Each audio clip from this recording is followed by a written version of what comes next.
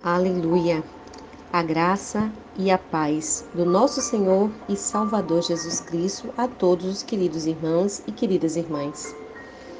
Estamos prosseguindo na leitura do livro Os Três Campos de Batalha, a guerra espiritual na mente, na igreja e nas regiões celestiais. Página 27, subtítulo A Fortaleza do Cristão, Humildade. Eu me chamo Anne, sou do Rio Grande do Norte e convido você para abrir o seu coração. Satanás teme a virtude. Ele tem horror à humildade, detesta. Quando você vê uma pessoa humilde, tem arrepios. Fica de cabelos em pé quando os cristãos se ajoelham, porque a humildade é a sujeição da alma a Deus. O diabo treme diante do manso, porque as mesmas regiões a quem uma vez teve acesso, lá está o Senhor. E Satanás morre de medo de Jesus Cristo. Contra quem de fato você está lutando? Você deve se lembrar de que a queda do homem no jardim do Éden, a sentença de Deus contra o diabo foi condená-lo a comer pó. Lembre-se também de que Deus disse ao homem: você é pó, Gênesis 3,19. A essência da nossa natureza carnal, de tudo o que é carnal na natureza, é pó. Precisamos perceber a relação. Satanás se alimenta de nossa natureza terrena, carnal, de pó e daquilo que só negamos a Deus. Precisamos logo reconhecer que a origem de muitos de nossos problemas e opressões não é demoníaca, mas de natureza carnal. Temos de lutar com o fato de que um aspecto de nossa vida, a natureza carnal, será sempre alvo do diabo. Essas áreas carnais fornecem a Satanás uma via de acesso pronta para minar nossas orações e neutralizar nossa caminhada com Deus. É somente nosso senso exagerado de justiça própria que nos impede de realizar um autoexame sincero. Conhecemos quem está em nós, mas precisamos também saber o que está em nós, se desejarmos ser bem-sucedidos na guerra contra o diabo. Por isso, seja específico quando se sujeitar a Deus. Não procure justificar seus pecados e falhas. O sacrifício de Jesus Cristo é o abrigo perfeito da graça que capacita todos os homens a examinar sinceramente as próprias necessidades. Portanto, seja franco com Deus. Ele não ficará horrorizado nem chocado com seus pecados. Se Deus o amou sem restrição, mesmo quando o pecado era abundante em você, muito mais Ele o amará quando você procurar sua graça para se livrar da iniquidade. Antes de nos lançarmos à guerra ofensiva, devemos compreender que nossas batalhas são tão somente consequências de nossas próprias ações. Para realizar uma guerra eficaz, precisamos separar o que é da carne e o que é do diabo. Vou lhe dar um exemplo. Eu e a minha esposa, certa vez, moramos numa área onde havia um ninho de um lindo cardeal vermelho. Os cardeais são muito territoriais e lutam zelosamente para expulsar qualquer cardeal intruso. Naquela época, tínhamos uma van com grandes retrovisores laterais e para-choques de cromo. De vez em quando, o cardeal atacava os para-choques ou o espelho, pensando que seu reflexo fosse outro passarinho. Um dia, quando eu observava atacar o retrovisor, pensei: que criatura tola! Seu inimigo é somente o reflexo dela mesma. E imediatamente o Senhor falou ao meu coração: assim também são muitos de seus inimigos. São reflexos de vocês mesmos. Antes de armar qualquer estratégia para atacar Satanás, devemos ter certeza de que o nosso inimigo leal não é a nossa própria natureza carnal. Precisamos nos perguntar: o que nos oprime hoje? Seria a colheita do que plantamos ontem? Concilie-se com seu adversário. Você se lembra de que Jesus ensinou?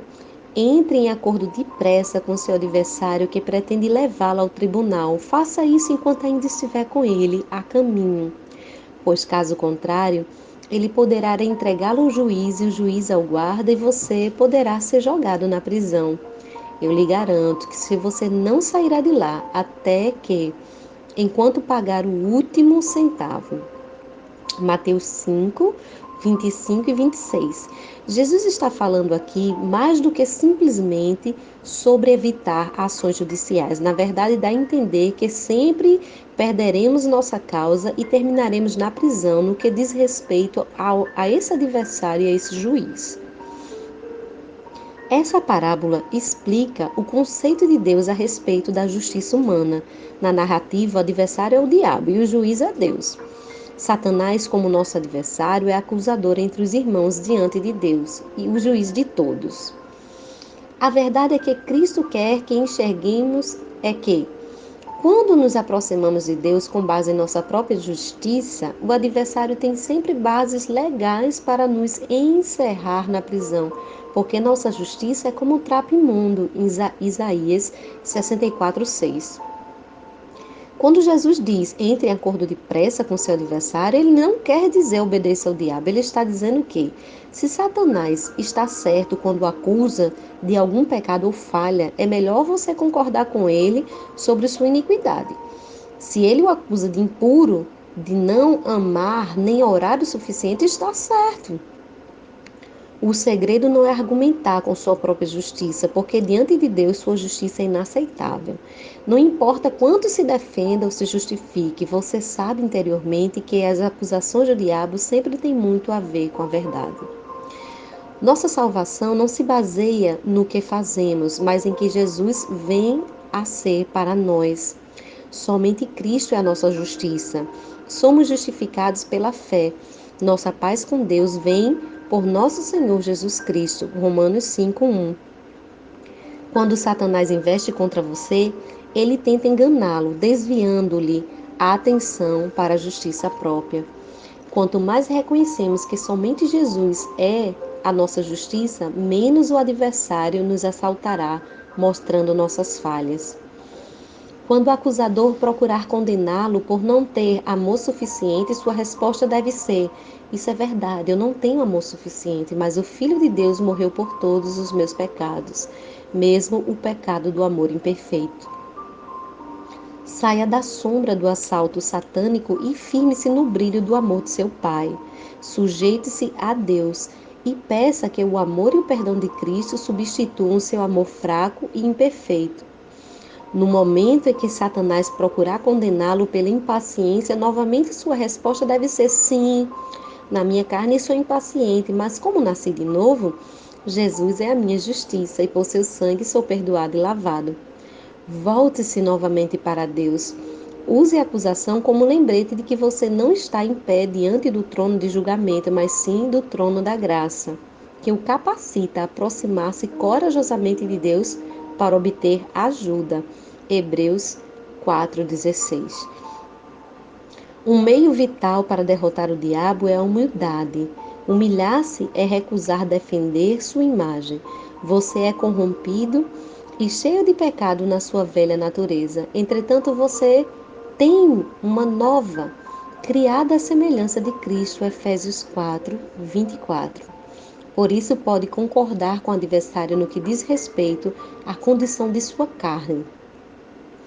Não limite esse princípio de humilhar-se apenas a quando você está envolvido em batalha espiritual. Esse preceito se aplica também a outras situações. A força da humildade é grande a ponto de construir uma defesa espiritual em volta de sua alma, impedindo que a disputa, a competição e muitas irritações da vida lhe roubem a paz.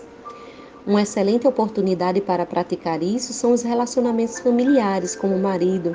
Sua esposa pode criticá-lo por você ser insensível. Uma reação carnal poderia facilmente levar a conversa a um conflito. A alternativa é humilhar-se e concordar com sua esposa. Talvez você seja mesmo insensível. Portanto, orem juntos, peça a Deus um amor mais carinhoso.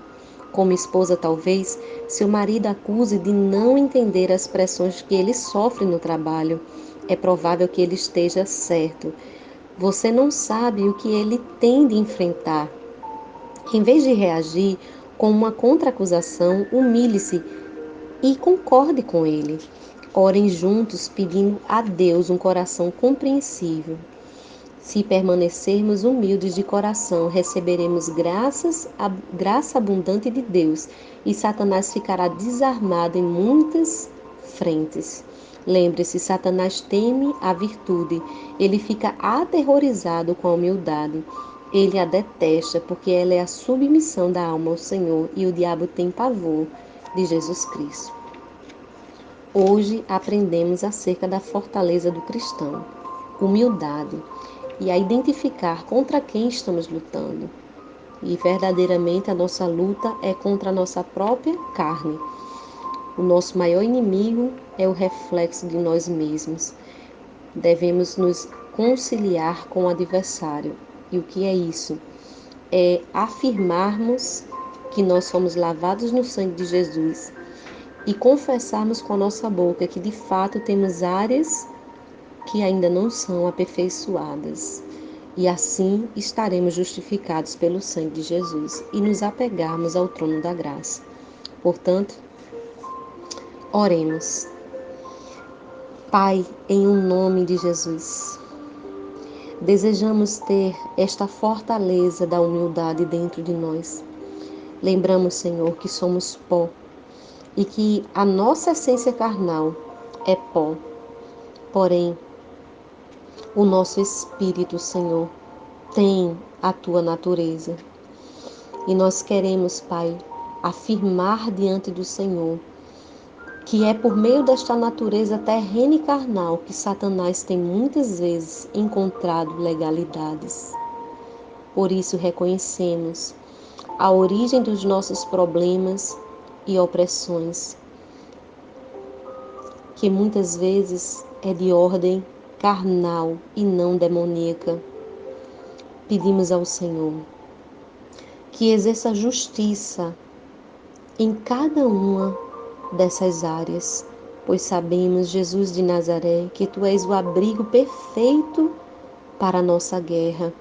Tu nos capacita a examinarmos sinceramente, Senhor, as nossas necessidades. Precisamos, ó Pai, com o entendimento do Teu Espírito, identificar, discernir o que é carnal e o que é espiritual. Ajude-nos, Espírito de Deus. Ajude-nos, Espírito Santo de Deus, que seja removido tudo aquilo que nos oprime, em nome de Jesus. Que o nosso adversário, Pai, não tenha absolutamente nada em suas mãos para nos lançar em prisões. Pai, que todo espírito de escravidão seja agora quebrado no poder do nome de Jesus, Senhor. Que tudo aquilo que nos escraviza com a mentalidade carnal seja agora, Pai, em Teu nome sujeita ao senhorio de Jesus de Nazaré. Toda justiça própria, Senhor, e tudo aquilo que é usado, Pai, para justificar essas áreas como trapo de imundícia, nós agora, Senhor, nos despojamos, ó Pai. Em um nome de Jesus, Senhor, nós aceitamos a justiça que provém do alto, a justiça de Cristo. Ele é a nossa justiça e nós nos reconciliamos com o Senhor. Oh Deus, por meio desse ato temos a nossa paz instaurada. É o que diz a tua palavra. Reconhecemos, Senhor, todas as acusações e condenações de falta de amor, falta de perdão, e reconhecemos que temos pecado contra o Senhor. Reconhecemos, Senhor Jesus, toda impaciência, toda intolerância e pedimos o teu perdão, Senhor. Que essas acusações sejam apenas um lembrete para nós que estamos diante de um trono que é trono de graça e não trono de acusação. Que o Teu Espírito venha nos auxiliar em cada uma das nossas fraquezas, porque não sabemos orar como convém. Proclamamos que nós temos a nossa natureza recriada em Cristo Jesus e aquele que iniciou a boa obra em nós haverá de aperfeiçoá-la até a sua vinda. Desejamos um coração humilde, desejamos receber graça abundante de Deus, desejamos ter a virtude do Teu Espírito, Pai, e a sujeição total da nossa mente ao Senhor. Assim oramos e desde já te agradecemos. Amém e amém.